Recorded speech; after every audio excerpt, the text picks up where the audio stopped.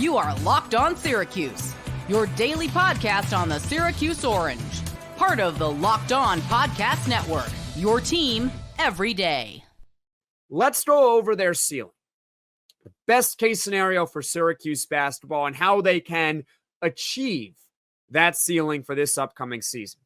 Remember, it's a dream scenario here. This is not necessarily what I am predicting. I am essentially saying if everything breaks right, this is about where Syracuse will finish. Later on in the podcast, I'll give you my overall prediction because what we do is we split the difference between best case scenario and worst case scenario, and we go from there when making a prediction. But to me, when I look at Syracuse's roster and their coaching staff, I think best case, dream, is a top 25 team in the country. It's hard to predict where that would put them in terms of seeding in March Madness. I remember Louisville was around the top 15, top 10, and they got a pretty low seed in March Madness on Selection Sunday. So it does not necessarily, your AP ranking does not necessarily translate to what your seed will be in the NCAA tournament. And that's hard to predict. So overall, I would say top 25 overall team in the country. And we'll see how far that takes them in the NCAA tournament because it's single elimination and one-off shooting night. You can be eliminated. A couple of great shooting nights in a row. Now you're in the Sweet 16, maybe even the Elite Eight and further, right? But overall, when I look at their regular season and maybe even in the conference tournament a little, top 25 overall in the country is their ceiling. How do they get to that ceiling? Well, number one, it starts with Donnie Freeman. He is a true sophomore, returning power forward for Syracuse basketball. Last year, in his freshman season, he averaged 13 points per game, 8 rebounds, and he did it in nice efficiency too. He shot over 50% from the field and over 33% from the three-point line, which is pretty good for a power forward. In fact, he was the highest-rated Syracuse basketball recruit since Carmelo Anthony in 2002. And a lot of Syracuse's upside is going to depend on Donnie Freeman because when I look at Syracuse's strengths and weaknesses for their upcoming season, I guess one of the questions I have for Syracuse is who's their All-American type player?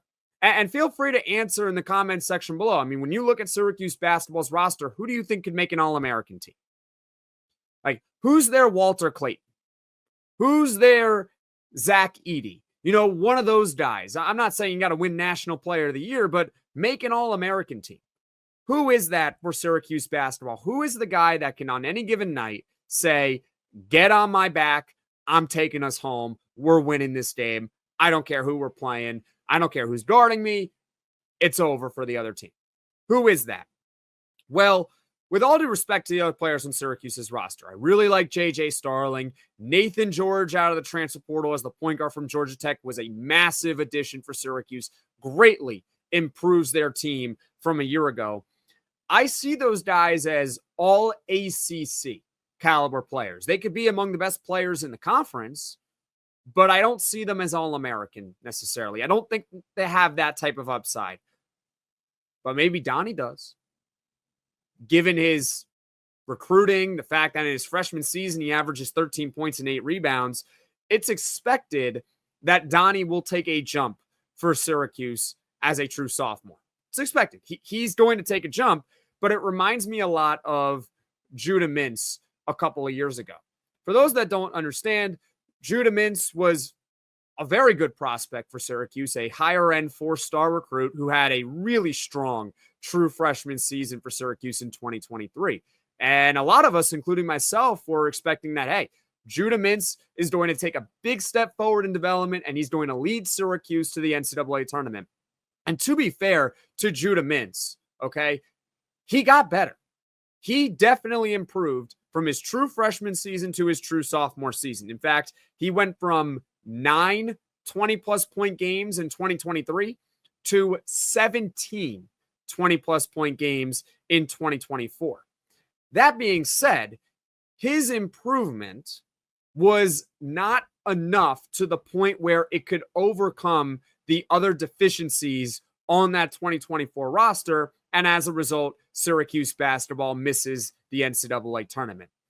Back to Donnie Freeman. in order for Syracuse to reach its ceiling, which in my opinion is a top 25 team in the country, they're going to need a massive step forward in development from Donnie Freeman. Instead of averaging 13 points and 8 rebounds next season, he goes out and he averages 18 and 10. Like, how about that? Because that puts him in the conversation for All-American and possible ACC Player of the Year. That's what Syracuse basketball is probably going to need in order to reach the dream scenario. And then after that, you're looking at 2 more breakouts in order to be a top 25 caliber team. We know what to expect from certain players. Donnie Freeman, we got a good floor of from last year.